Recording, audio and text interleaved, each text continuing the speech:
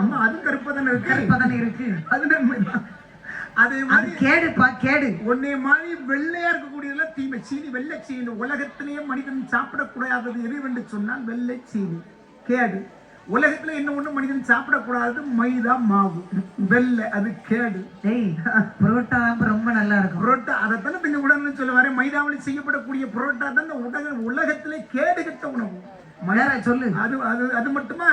அடுமனை இருக்கிற அடுமனை bakery, sweet கடை.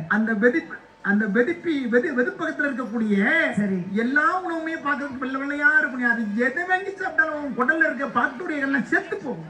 நீ சாவு முதல்ல. நீ செத்துட்டாதான் நாங்க திங்க முடியும். உனக்கு அவ்வளவு சோறு வெள்ளையா தானே இருக்கு. அங்கதானே இருக்கு சிக்கல். சொல்றீங்க எனக்கு. அதே கருப்பரிசி வெள்ளரிசின்னு இருக்கு. அந்த கருப்பரிசி சாப்பிட்டா உடம்புக்கு நன்மை, வெள்ளை கேடு. மாட்டிக்கிட்டோம். உண்மைதானே? சம்பாரிச்சு சாப்பிட்டாதான் உடம்புக்கு கேடா.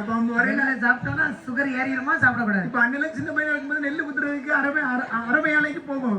போகும்போது இப்படி சைக்கிள்ல கட்டி கொண்டு போகும்போது அங்க அரைக்கிறவங்க கேட்போம், தம்பி அந்த அரிசி எப்படிடா திட்ட சொன்னாங்க, வீட்டுல நல்லா திட்ட சொன்னாங்களா, லேசா திட்டினா போதுமா அப்படின்னு கேட்பாங்க. அப்ப தவிடு எல்லாம் பெயரக்கூடாதான், லேசா திட்டுருங்கன்னு சொன்னா அந்த தவிடு போகாம திட்டு கொடுப்பாங்க. இப்ப இன்னைக்கு அந்த தவிடெல்லாம் சுத்தமா வலிச்சு எடுத்து வெள்ளையா இருக்கும், கருப்பு இருக்கு கூட. அதான் கால் மணி வரும்.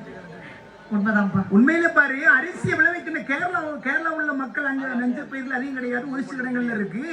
அந்த கேரளாவில் வாழக்கூடிய இந்த மலையாள நாட்டிலே வாழக்கூடிய மக்கள் எல்லாம் நம்ம நாட்டில இங்க விளையக்கூடிய கருப்பரிசி அவர்கள் இறக்குமதி பண்ணி அவர்கள் சாப்பிடுகின்றார்கள்.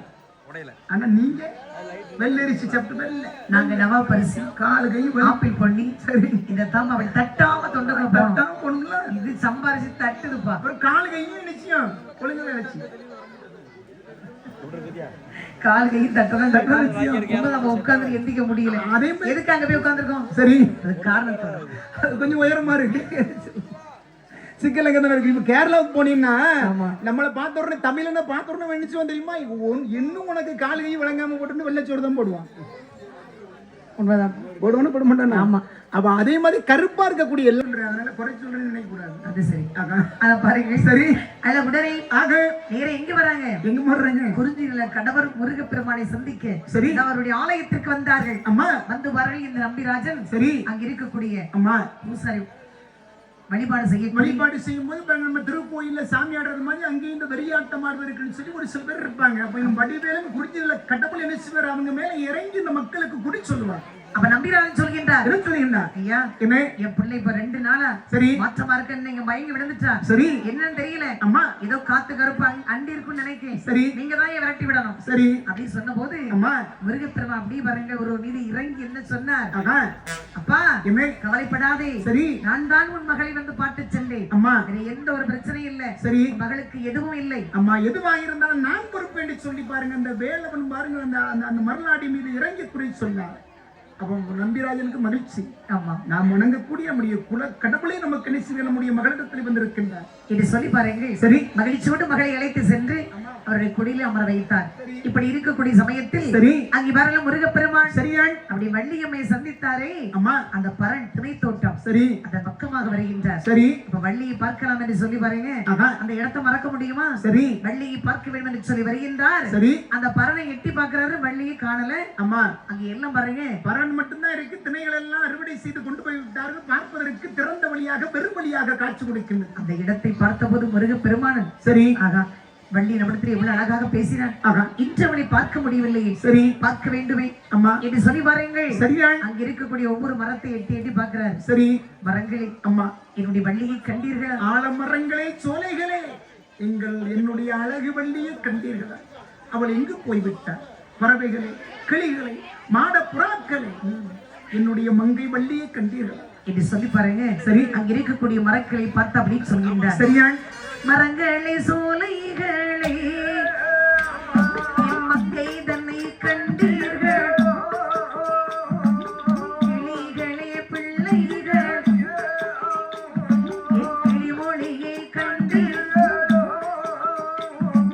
வள்ளி தன்னை கண்டீர்களோ, வள்ளி தன்னை கண்டீர்களோ, மயில்களே குயில்களே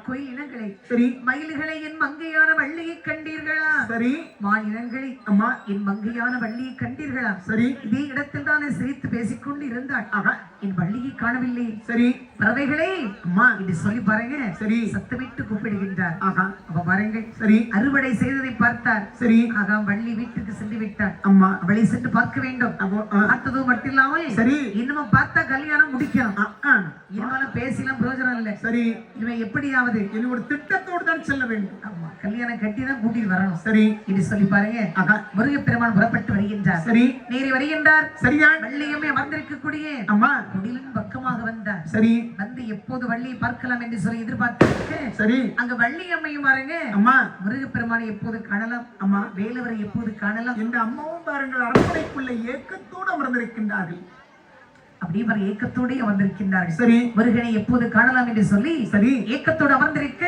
சரி முருகப்பெருமான் வந்திருப்பதை தோழி அவள் அறிந்தாள் அம்மா அறிந்து எட்டி பார்த்தாள் சரி உன்னோடி வந்தார் அம்மா பாருங்கள் என்ன வள்ளியை பார்த்து தானே வந்திருக்கிறேன் யாரை ஒன்ன பக்கம் வந்திருக்கேன் வள்ளி பக்கம் தான் வந்திருக்கேன் ஆமா என்ன அங்கே மன்னவர் கண்டார் சும்மா விட மாட்டார் சரி நம்பிராஜன் கண்ணுல பட்டீங்க சரி கண்டதனமா வெட்டி போட்டுருவாரு இந்த பாரு அடிக்கடி அரண்மனையில் வந்து இனி நான் பார்க்க முடியாது என்னுடைய வள்ளியை நான் அழைத்து கொண்டு செல்ல வேண்டும் அதற்கு நீதான் எனக்கு அருள் புரிய வேண்டும் என்ன அருள் புரியணும் நீதான் எனக்கு துணை புரிய வேண்டும் துணையா நான் வந்திருப்பதாக நீ வள்ளியிடத்தில் சொல்லி சரி அரண்மனை விட்டு வள்ளியை வெளியே வரவழைத்து என்னோடு அனுப்பி வைப்பது உன்னுடைய பொறுப்பு பாருங்க என்ன இது பெரும் பிரச்சனையாகிவிடும் சரி அந்த வேலையெல்லாம் பார்க்க முடியாது சரி நம்பிராஜன் கண்டாரு என்ன அப்படி வெட்டி போட்டுருவாரு சரி போங்கய்யா அதெல்லாம் முடியாது உன்னை விட்டா எனக்கு வேற ஆள் கிடையாது நீதான் வள்ளிக்கு நெருக்கமான தோழி நீதான் இந்த செயலை செய்ய வேண்டும் வேலையை தானே அம்மா எங்களை நிம்மதியை எடுக்க விட்டுறாங்க சரி சரி போயிட்டு வாரு உங்களுக்கு காதல் தூது நானா அம்மா இப்ப அந்த காலத்துல அரசியலம் குமாரிகளுக்கு எல்லாம் பாரு இளவரசிகளுக்கு எல்லாம் பாரு யாரு காதலுக்கு தூதா இருந்திருக்காங்க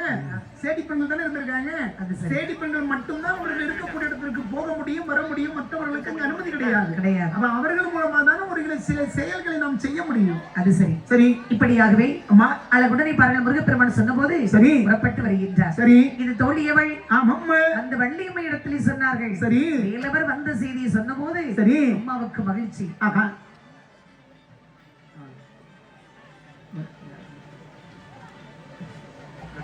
தானை தானை தானை தன்னானோ தானை தானை தானை தானை தன்னானோ தானை தானை